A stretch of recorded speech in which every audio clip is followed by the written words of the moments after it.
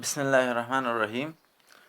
پیارے بچوں، غالب کی جو 2 غزلیں ہو چکی ہے تو اس کا تحریری کام بھی ہو چکا الحمدللہ۔ اب اس کا مشق کی کام ہم کر رہے ہیں۔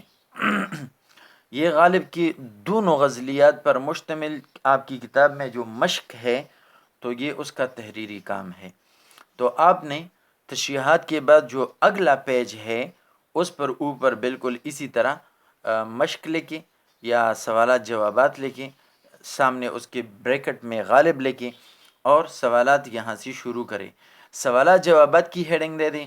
سوال نمبر 1 ہمارے پاس ہے پہلی غزل کا مطلع لکھیں۔ تو اب چونکہ اوپر غالب کا ذکر ہے تو ضرور بے ضرور اس سے مراد غالب کی غزل مراد ہے۔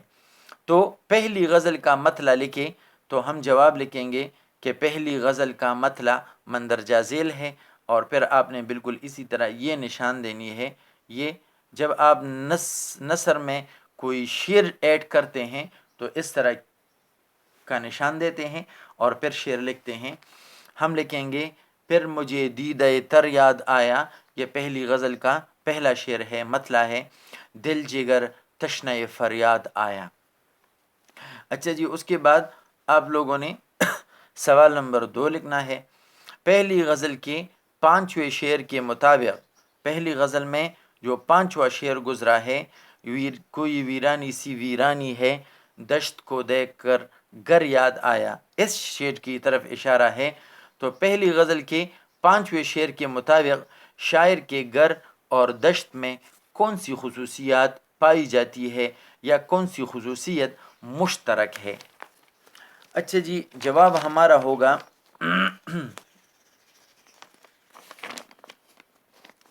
کہ دشت اور بیابان میں بھی ویرانی ہوتی ہے اور شاعر کے گھر میں بھی خاموشی اور ویرانی ہے۔ ٹھیک ہے جی، گھر میں دشت میں بھی دشت اور بیابان صحرا، دشت بیابان صحرا تینوں کا ایک ہی معنی ہے، ویران جگہ کو کہتے ہیں، غیر آباد جگہ کو کہتا ہے، سنسان جگہ کو کہتے ہیں۔ تو چونکہ دشت اور بیابان اور صحرا میں بھی ویرانی ہوتی ہے اور وہاں پر بھی ہو کا عالم ہوتا ہے، اور شاعر نے اصل میں اپنے گھر کی تشبیہ دی ہے صحرا سے یا دشت سے۔ تو کیونکہ وہ 2 باتیں آپ نے ذہن نشین رکھنی ہے۔ ایک کہ شاعر کے دوست ہوتے تھے تو جنگ آزادی سے پہلے وہ آتے جاتے تھے، پھر وہ ان کا آنا ختم ہو گیا، تو اب وہ دوستوں کو یاد کر رہے ہیں یا اپنے محبوب کی بات کر رہے ہیں کہ پہلے میرے گھر میں محبوب آتے تھے تو ان کے آنے سے گھر میں ایک رونق سی چھا جاتی تھی، رونق سی آ جاتی تھی، لیکن چونکہ وہ اب نہیں آتے لہٰذا اب میرا گھر ویران ہے۔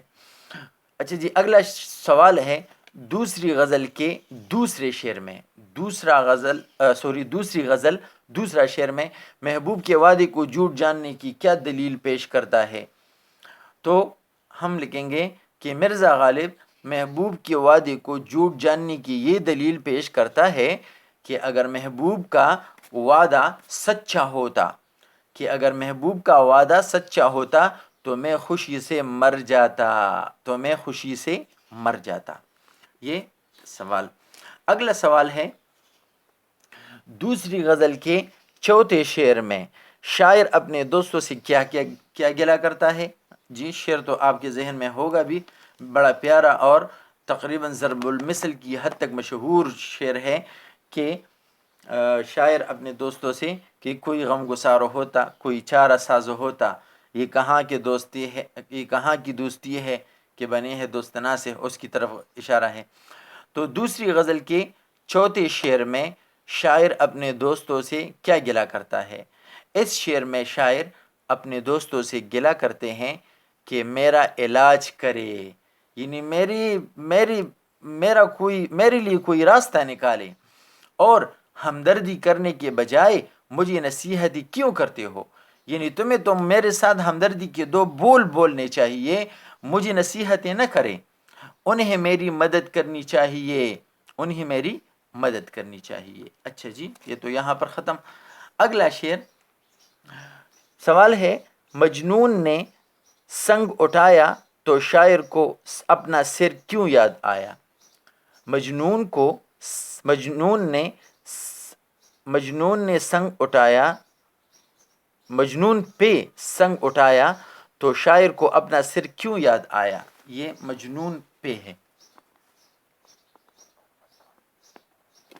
جب شاعر نے مجنون پر سنگ اٹھایا تو انہیں اپنا سر کیوں یاد آیا؟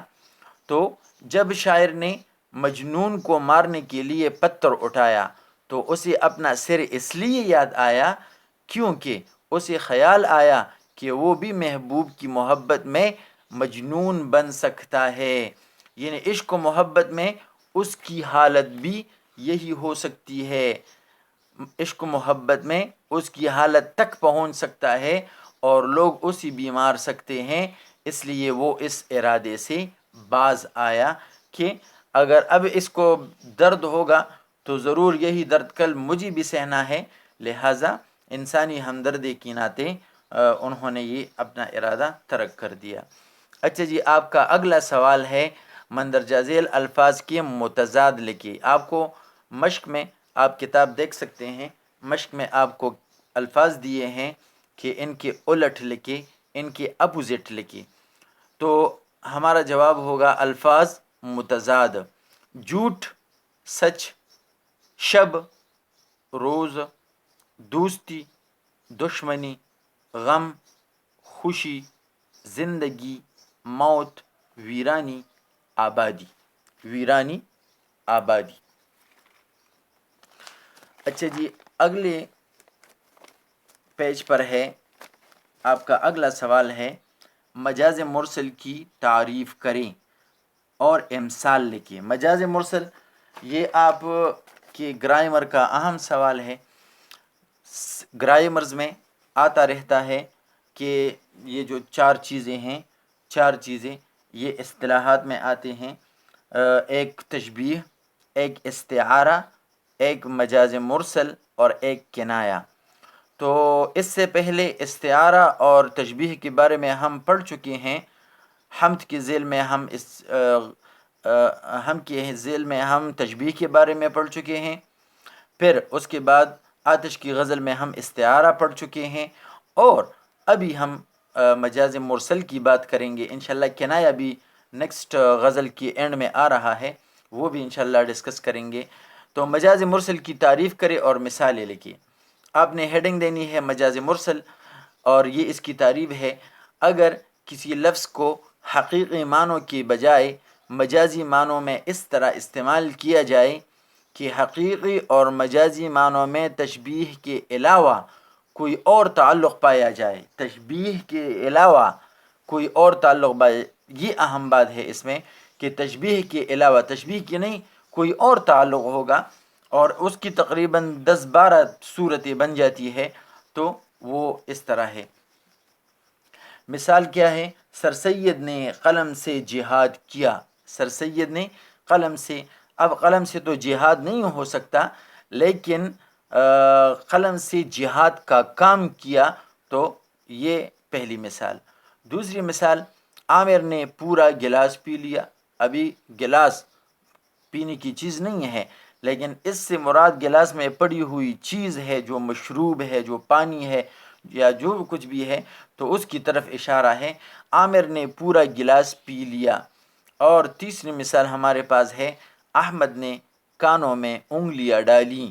ابھی ساری انگلی تو کان میں کوئی نہیں گھسا سکتا، نہیں رکھ سکتا، لیکن اس سے مراد یہ ہے کہ انگلی کا ایک حصہ یا انگلی کا صرف سرا کان میں رکھ دیا. تو یہ مجاز مرسل کی مثال ہے. اچھا جی، اگلا سوال آپ کے پاس آتا ہے مرزا غالب کی شاعری پر نوٹ لکھے یا مرزا غالب کی شخصیت پر نوٹ لکھے. تو یہ نوٹ ہم نے اس طرح لکھا ہے کہ یہ آپ کے دونوں سوالات کا جواب بن جاتا ہے. اگر آ جائے سوال کہ مرزا غالب کی شاعری پر نوٹ لکھے تب بھی آپ لوگوں نے یہی جواب تحریر کرنا ہے، اور اگر سوال آ جائے کہ مرزا غالب کی شخصیت پر نوٹ لکھے تب بھی آپ لوگ اس جواب کو ایڈ کر سکتے ہیں. سوال ہے مرزا غالب کی شاعری پر نوٹ لکھیں، اور یہ آپ کے ایگزام کے لیے، آپ کے بورڈ کے ایگزام کے لیے، آپ کے جنرل نالج کے لیے انتہائی اہم سوال ہے. اچھا جی، جواب میں آپ سب سے پہلے ہیڈنگ دے دیں گے تعارف، کہ یہ مرزا غالب ہے کون. تو تعارف میں آپ لکھیں گے کہ مرزا اسد اللہ خان غالب 1797 کو آگرہ میں پیدا ہوئے. ان کے والد کا نام عبداللہ بیگ تھا. ان کی آباء و اجداد کا پیشہ سپہ گیری تھا. غالب نے زندگی کا بڑا حصہ دلی میں گزارا. ان کا شمار اردو کے بلند پایہ شعراء میں ہوتا ہے. غموں اور آنسوؤں میں مسکرا کر زندگی گزارنا غالب کا فن ہے. غالب اردو شاعری کے لیے باعث فخر ہے. اچھا جی، اب ان کی جو اہم خصوصیات ہے جو دوسری شعراء سے ان کو ممتاز کرتے ہیں، جو خصوصیات وہ یہ ہے. سب سے پہلے ہے مشکل پسندی. مشکل پسندی کہ دوسرے شعراء نے آسان راستہ اختیار کیا ہے، لیکن غالب ان کے مقابلے میں مشکل پسند، ان کو مشکلات کا سامنا کرنا اچھا لگتا ہے. تو شاعر کہتے ہیں کہ مشکل پسندی. غالب ایک مشکل پسند شاعر ہیں. ان کی مشکل پسندی کی وجہ سے ان کی فطرت میں دوسرے شعراء سے منفرد ہونے کی زبردست خواہش ہے، اور وہ دوسرے شعراء سے منفرد اور ممتاز رہنا چاہتے ہیں، اس لیے انہوں نے یہ انداز اختیار کیا ہے. تو یہ پہلی خصوصیت. دوسری خصوصیت جو ہے وہ یہ ہے جدت بیاں. جدت بیاں. غالب کا انداز انوکھا اور دوسرے شعراء سے الگ ہے. ان کی شاعری دوسرے شعراء سے الگ ہے. ان کی شاعری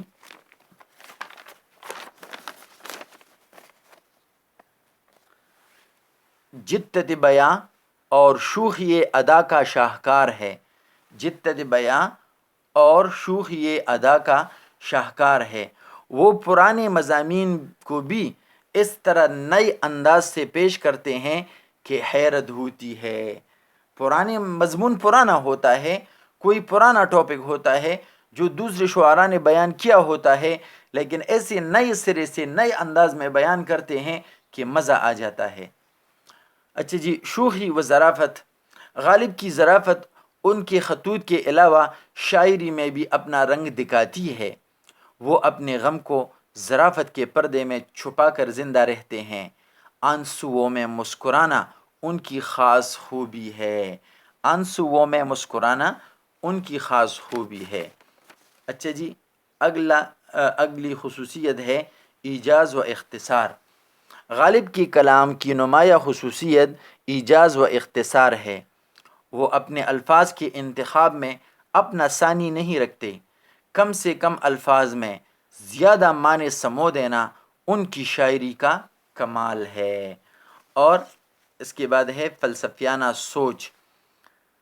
مرزا غالب فلسفی شاعر کہلاتے ہیں.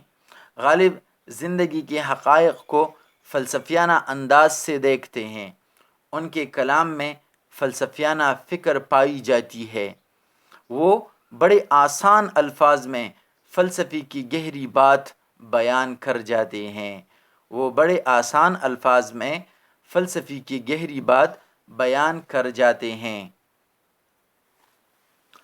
اور آخری بات وفات. غالب